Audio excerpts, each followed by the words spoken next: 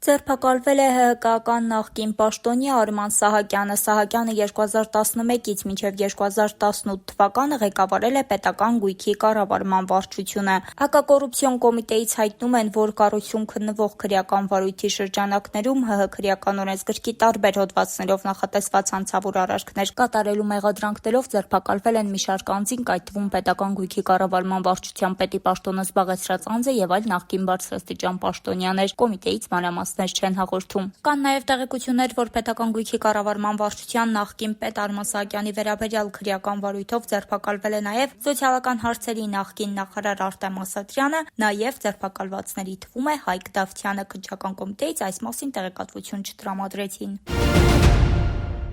Վարչապետի դեմ բռնության գործով երկրորդ քննիչն է ազատվել պաշտոնից։ Իր դիմումի համաձայն աշխատանքից ազատվել է 18-ամյա երկվորյա եղբայրների քրեական գործը քննող քննչական բաժնի պաշտոնյան։ Դավիթ Կիրակոսյանը զբաղեցնում էր Երևանի կենտրոն եւ Նոր Քմարաշ վարչական շրջանների 3-րդ բաժնի պետի պաշտոնը։ Ազատման պատճառը նշված չէ, բայց այն ըստ էության կապված է հենց Կիրակոսյանի ենթակայությամբ քննվող աղմկահարույց գործի հետ։ Նիկոլ Փաշինյանն այսօր այցելել է Նորհաճն համայնքի Նորգեղի բնակավայրում կառավարության աջակցությամբ հիմնած պղպեղի ջերմատուն, տեսնելով սեղանին դրված պղպեղների տեսականին ասաց. «Օ, սա ձեր արտադրանքն է», այնուհետև մատով կպնելով սեղանին դրված մեծ պղպեղին ասաց. «Էս իսկական չի, չէ»։ Տեղեկացրեցին, որ դա տորթ է։ Փաշինյանը փորձեց մի քանի տեսակի պղպեղներ։ Առաջ անգամ եմ սենց բան նախ լսում, երկրորդն եմ։ Փորձելով պղպեղներից մեկը ասաց նա ու առաջարկեց մյուսներին էլ փորձել։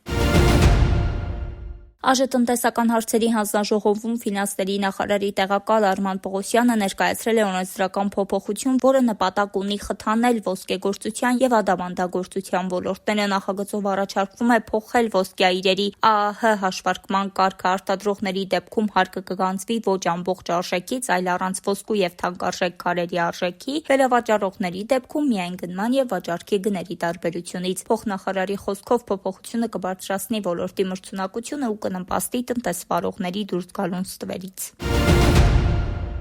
Թրամփը հայտնել է, որ ԱՄՆ-ն կօգնի Հորմուզի նեղուցում երթևեկության բարելավմանը Պակիստանի միջնորդությամբ ԱՄՆ-ի եւ Իրանի միջև ձեռք բերված հրադադարը մեծ օր է համաշխարհային խաղաղության համար եւ կարող է Մերձավոր Արևելքի ոսկե դարը դառնալ, հայտարարել է ԱՄՆ նախագահ Դոնալդ Թրամփը։ Շատ դրական իրադարձություններ տեղի կունենան, մեծ գումարներ կաշխատեն, Իրանը կարող է սկսել վերակառուցման գործընթացը, գրել է ԱՄՆ նախագահը։ Հորմուզի նեղուցով պատերազմից առաջ անցնում էր աշխարհում սպառվող նավթի եւ նավթամթերքի մոտ 20%-ը։ Ավելին իմանալու համար հետևեք Պանորամայեմին եւ բաժանորդագրվեք մեր ալիքին։